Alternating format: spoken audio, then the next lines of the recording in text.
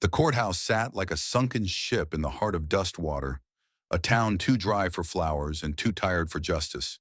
Its wooden frame groaned with every gust of wind, as if even the building wanted to turn its face from what was about to happen inside. John Ezra Hale stood alone near the bench, hat in one hand, the other gripping the edge of the table, like it might anchor him to something that hadn't left. He wore his best shirt creased but clean buttoned to the throat. His dark hair, overgrown from too many missed barbers, curled at his nape, and the dust on his boots was the kind that couldn't be wiped off. It had settled into the seams, just like grief. Two children sat behind him, one girl with tight brown braids and two large eyes that didn't blink much, and a boy with a milk-stained collar and thumb in his mouth. They were quiet, too quiet for children, like they already knew the courtroom was a place where grown men wept, but weren't allowed to cry. Across the aisle, the Whitlocks sat straight-backed in polished suits collars, starched sharp as spite. John's late wife's kin. They hadn't visited the homestead in years, not once after she passed birthing the boy, but now they sat like righteous statues, holding ledgers and Bibles like weapons. The judge, old Bender Claymore, looked more exhausted than stern. His gavel hadn't moved. He kept squinting at the room like he wished it were someone else's turn to decide the fate of the world, or at least the fate of two orphans who barely knew how to spell their own names. A fly buzzed near the window, trapped and angry.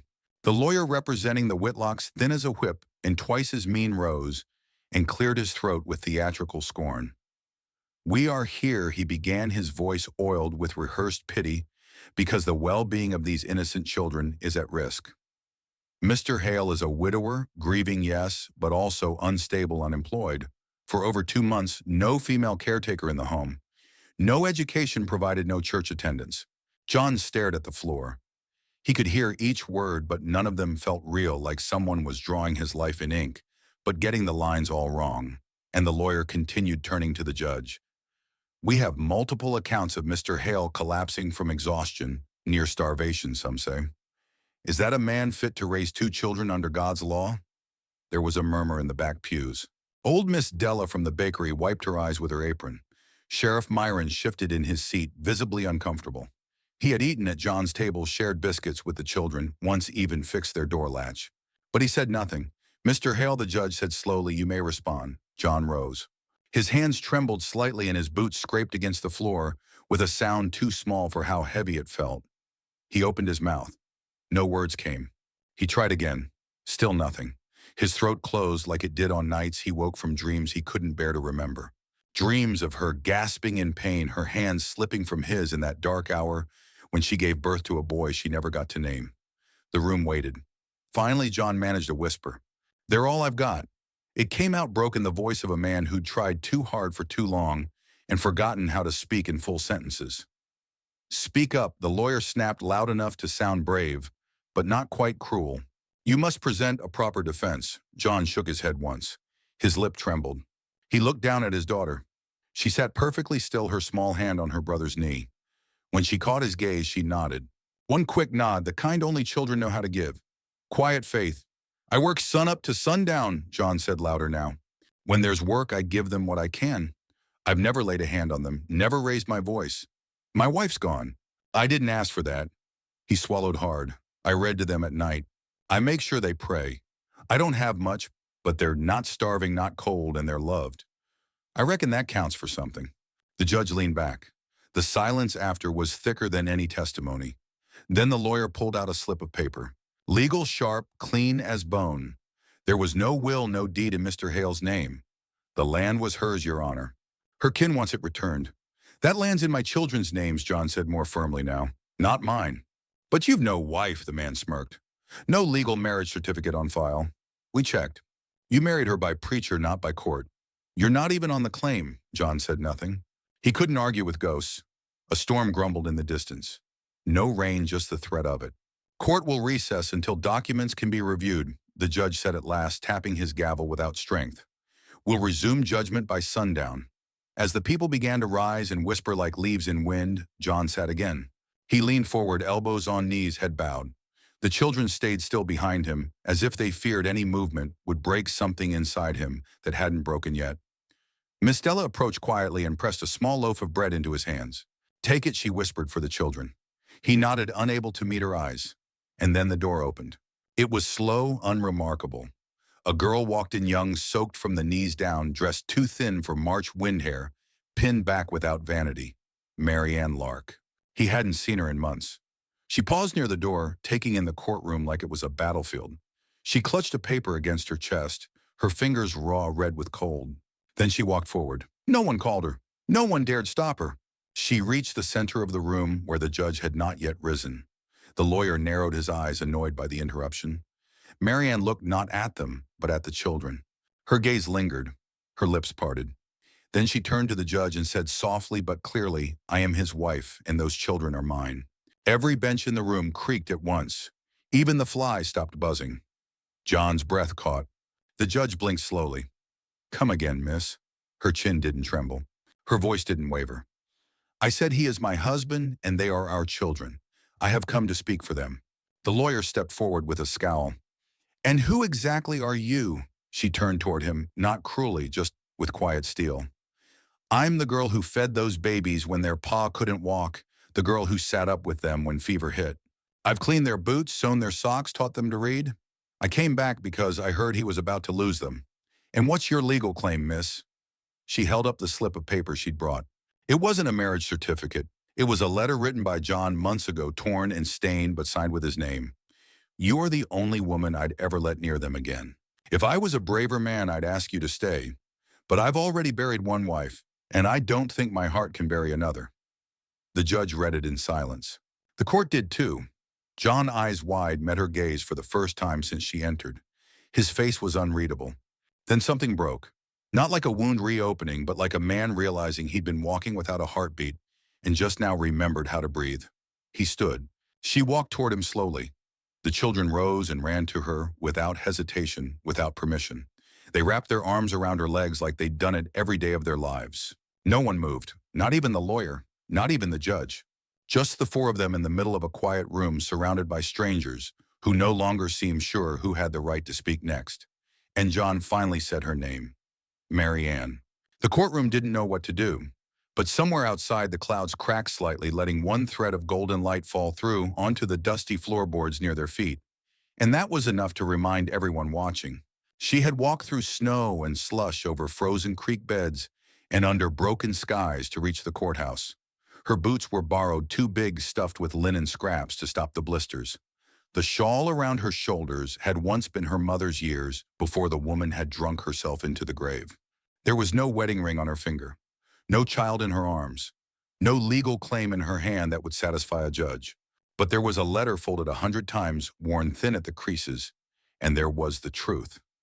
Marianne Lark stood alone in the aisle of the courtroom, surrounded by a sea of people who remembered her only as the quiet girl who scrubbed the parlor floors of the boarding house. The one whose name was whispered in pity or not at all.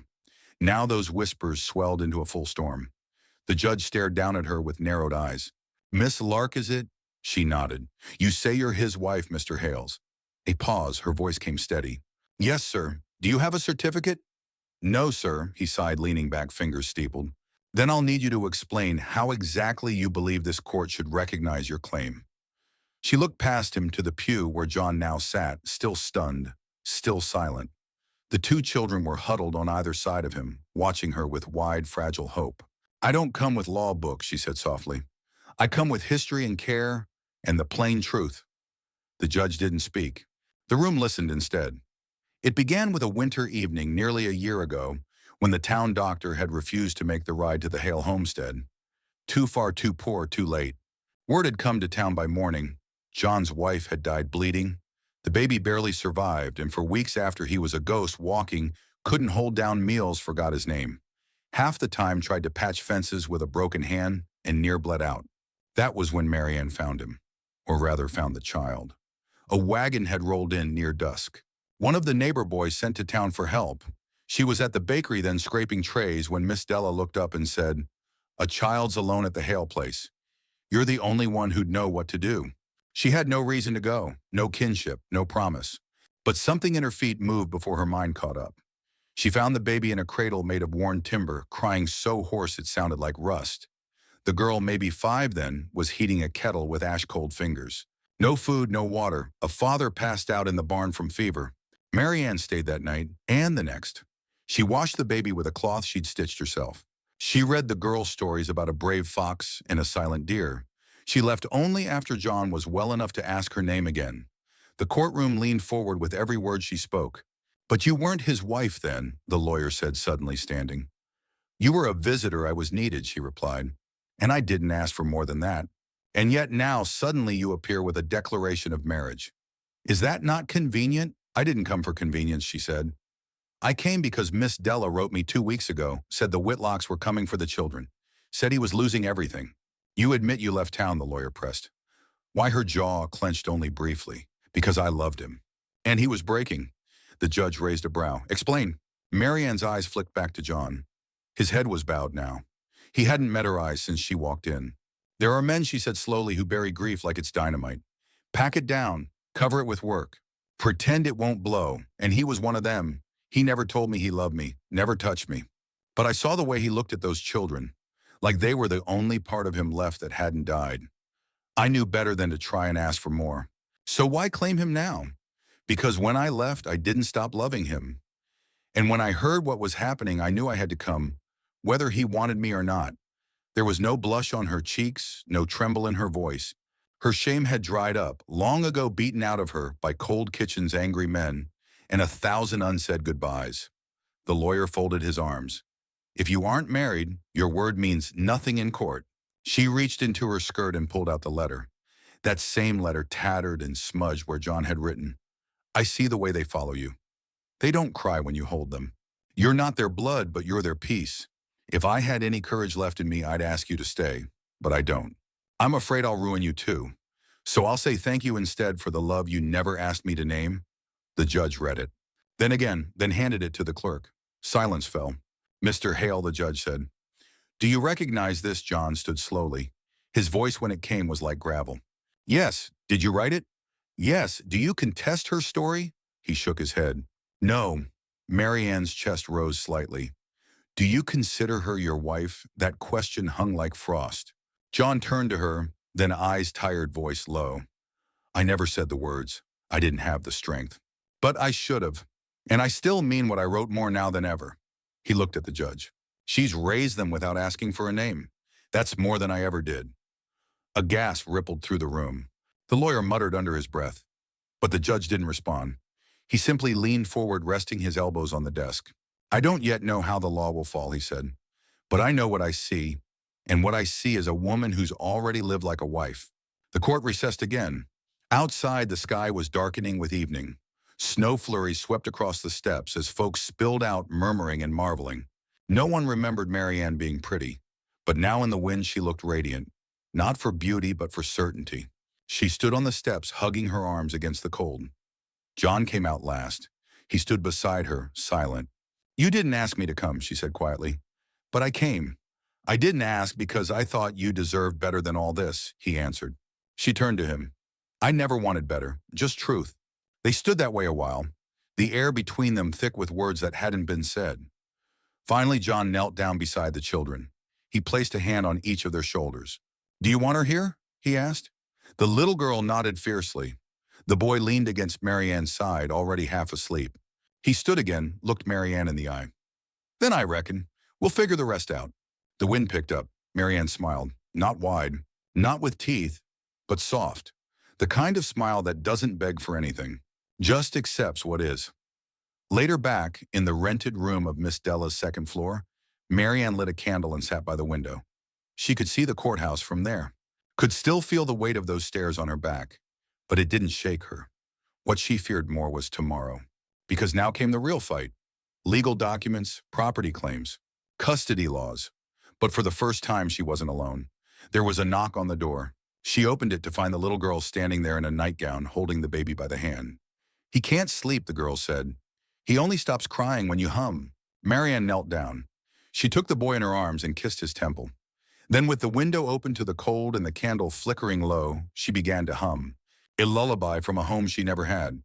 And behind her, John stood in the hallway listening, not stepping in, just listening, because even men who break know when something holy is happening. And in that small room filled with borrowed warmth and trembling hope, something shifted. Not loudly, not fast, but true. And tomorrow, when the court reconvened, Marianne Lark would no longer be the girl no one saw coming. She would be the woman who stayed, the woman who claimed them, the woman who loved loudest without ever raising her voice. The town woke slower than usual the next morning, as if even the sky held its breath. A pale frost clung to the rooftops, making everything shimmer, though nothing felt like it should shine. Gossip had moved faster than sunrise. Every window John passed on the way to the mercantile felt like a watching eye. The girl, the claim, the letter, the widow's land. The court was no longer a place. It was a fire, and every soul in Dustwater had an opinion to toss into it. John didn't speak to anyone, not even to the store clerk when he picked up flour and lard. He just laid his coins down, nodded once, and left before the next breath could become a question. His jaw was tight, but not with anger. It was shame.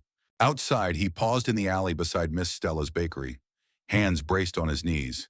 His chest ached not from the cold, from the knowing. The girl had come back, spoke for him, declared herself family, and all he'd given her was silence. He remembered the way Marianne had walked into that courtroom, mud on her hair clinging to her cheeks from melting snow.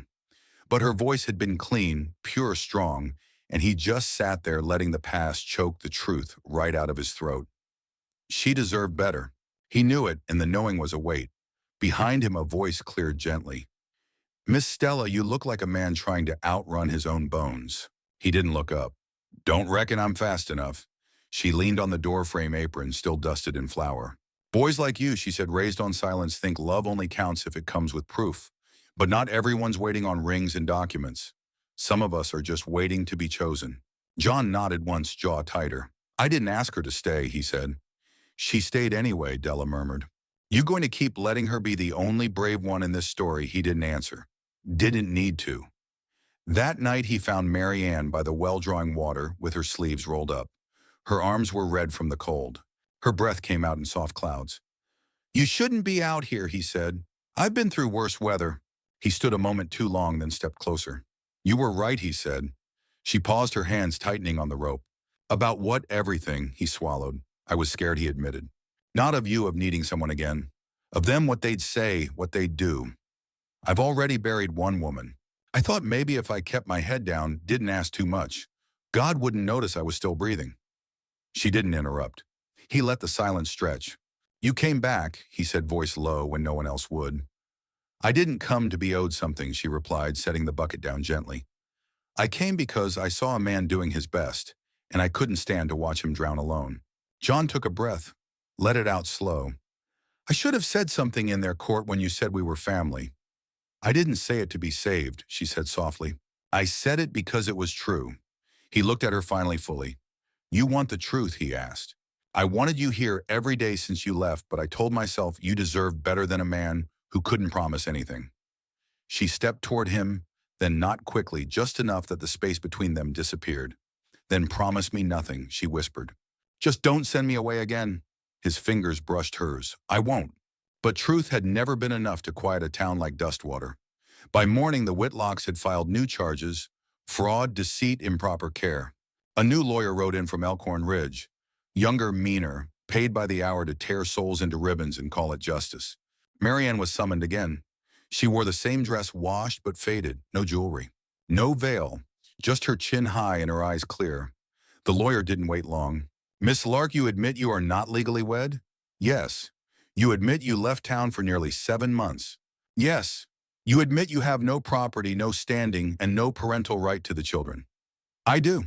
"Then why, Miss Lark, should this court believe your presence here is anything more than desperate self-interest?" "I have nothing to gain," she said. "Only everything to lose." The lawyer raised a brow. "So you claim love. I claim commitment." He smirked. "From a man who never married you," she hesitated. Then slowly she pulled out the letter again. Not to hand it over, to read it aloud. "You are the only woman I'd ever let near them again. If I was a braver man," her voice faltered slightly, "I'd ask you to stay." John stood. "She didn't ask to be named," he said, voice louder now. "Stronger. But I should have named her all the same." Mr. Hale, the lawyer, cut in. "You've no legal ground either. No deed, no claim. You work land you don't own, raise children without support, and rely on charity." "I've worked that land since I was 19, John said. "Every fence, every crop, every hour. I buried a wife on it, raised children on it. bled into it. And if you a piece of paper makes it less mine, then you've never held a shovel. The judge raised a hand. Enough. The room settled. Then the judge turned to Marianne. You came back when you had every reason to stay gone. Yes, sir. Do you love those children as your own? I do. He looked at John. And you are. You prepared to name her legally as your wife? Yes, John said. The judge nodded once. Then we will resume with final statements tomorrow. Outside the courthouse, the wind had changed. Marianne walked the long way back to Miss Della's house. John caught up with her by the fence near the schoolhouse. You meant it, she said. In there. I should have said it long before he replied. You didn't have to. I did. She leaned against the fence post. You know they'll still talk. Let 'em. You're not scared anymore. I'm still scared, he said. But I'd rather be scared with you than safe without you. They stood quietly as dusk rolled in. In the distance, the two children played in the dirt, laughing, their boots kicking up dust that caught the fading light like gold. I thought I'd never have a home, Marianne whispered. You made one, he said. And for the first time since that courtroom door opened, he reached out fully and took her hand. No more waiting, no more half promises. Just two people holding on to something true. In a world that kept trying to take it away, and in the silence that followed, both of them knew. Tomorrow, everything would change. The final day of court dawned cold and silver, as if the sun itself was unsure of its place. A hush had settled over Dustwater, heavy as snowfall without the softness. Church bells did not ring, but doors opened early. Folks came with quiet steps and button coats, their breath fogging in front of them, like secrets they weren't brave enough to speak. Inside the courthouse, the benches filled fast. No whispers this time, just watching. The kind that makes a man feel like he's already lost something, even if the gavel hasn't yet fallen. John Hale stood by the window, not seated with his children this time. His hat was still in his hands, the brim frayed by too many hours spent wringing it like a man afraid to pray out loud. His boots, worn near through at the heels, rested on the same floor where they'd tried to bury him with false words. But today he was upright, taller somehow, not proud, not defiant, just steady like a tree no wind had yet managed to uproot. Across the room, Marianne Lark sat beside the children. The boy leaned into her arm, already dozing, his thumb halfway to his mouth. The girl clutched a small doll with its yarn hair braided to match her own. They did not look nervous. They looked home. Judge Claymore called the court to order. This proceeding, he began, has stirred more talk than I care to name. But this bench doesn't answer to whispers. It answers to what stands true when all else fails. The lawyer for the Whitlocks rose his voice slick and loud. He spoke of lawland bloodlines. He held up maps and records, inheritance lines and marriage voids. He gestured toward John like he was a bad coin passed one too many times, called Marianne an opportunist, a girl with no schooling, no name, no business in a courtroom or a family. John didn't flinch. Marianne didn't move. When the judge finally nodded, John stepped forward. No paper in his hand, no lawyer at his side. I'm not going to talk long, he said, because everything that matters I already said with my life. He looked at the boy sleeping. Then at the girl. When their ma died, I thought it was my fault. Thought maybe if I'd ridden faster, prayed louder, worked harder, she'd have stayed. That guilt, it don't talk out loud, but it eats. I let it eat too long. That's why I never married Marianne. Not because I didn't want to, but because I thought I was poison. He turned to her, then his voice softer. You showed me I was just hurt, not ruined. Marianne's eyes glistened, but she didn't blink them away. He faced the judge once more. I've got no land paper, no bank, but I've got calluses on these hands from building something that matters. And I've got these two children who still look at me like I hung the moon. He paused. And I've got her. Marianne stood before the judge. She held nothing in her hands, not a claim, not a contract, only a quiet grace. I was told once that I'd never be anything more than a shadow in a rich man's house. I scrubbed their floors, sewed, their curtains, smiled when they tossed scraps my way, but none of them ever looked at me the way these children do. Her voice did not rise. It sank into every listener, into the floorboards. I didn't give birth to them, but I've rocked them through fevers. I've stitched their clothes. I've held their hands in silence when words weren't enough. I've loved them without promise of return. She turned to the gallery. You call me poor, but I've never been richer than when I walked into that home. The judge sat quiet for a long while. Then he leaned forward, hands folded. I have one question. They waited. To the children, he said. The girl blinked. Who do you call her? He asked gently. The girl looked at Marianne, then back to the judge. She's our ma, she said without hesitation. And him our pa. He always was. The boy nodded sleepily, his arms around Marianne's neck. The judge tapped the gavel once lightly. This court sees no need for further delay. Everyone held their breath. These children will remain in the custody of John Hale. As for Miss Lark, this court cannot undo what the law forgot to witness, but it recognizes what all eyes can see. He looked at Marianne. You are a mother in every way that counts. He looked at John. And if you're the man I believe you to be, then I suggest you give her the name she's already earned. The courtroom exhaled. Tears rolled down Miss Della's cheeks. The Whitlocks rose, not defeated, just dismissed. Their power had no place here anymore. Not against something as old and stubborn as love born in hardship. As folks filed out, John remained near the judge's bench. Marianne approached, slowly unsure. You don't have to say anything, she whispered. He smiled faintly. No, he said, but I want to. He pulled from his coat pocket a ring, not gold iron, shaped by his own hand, blackened and imperfect. I'm not a man of speeches, he said, but I made this for you a while ago. Didn't think I had the right to give it. Figured I'd lose everything. You didn't, she said. He took her hand. I reckon the name I want you to have is mine. She didn't cry, just nodded and slipped the ring on without ceremony.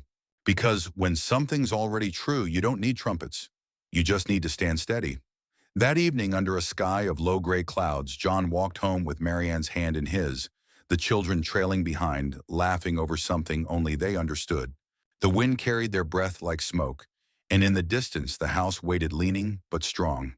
A home not made of timber or title, but names spoken with love and silence shared without fear. And the kind of family that wasn't born, but chosen bravely, painfully, and wholly. And if you're reading this years from now, wondering if there's still good in the world, remember this. You don't need blood to be a father. You don't need permission to be a mother. You only need to stay to show up when it's hardest to speak, when silence is easier, and to call someone family when the world says you don't have the right. Because in the end, the only name that matters is the one you give in love. Which city are you watching our video from? Please leave a comment. Please subscribe to the channel as well. Thank you.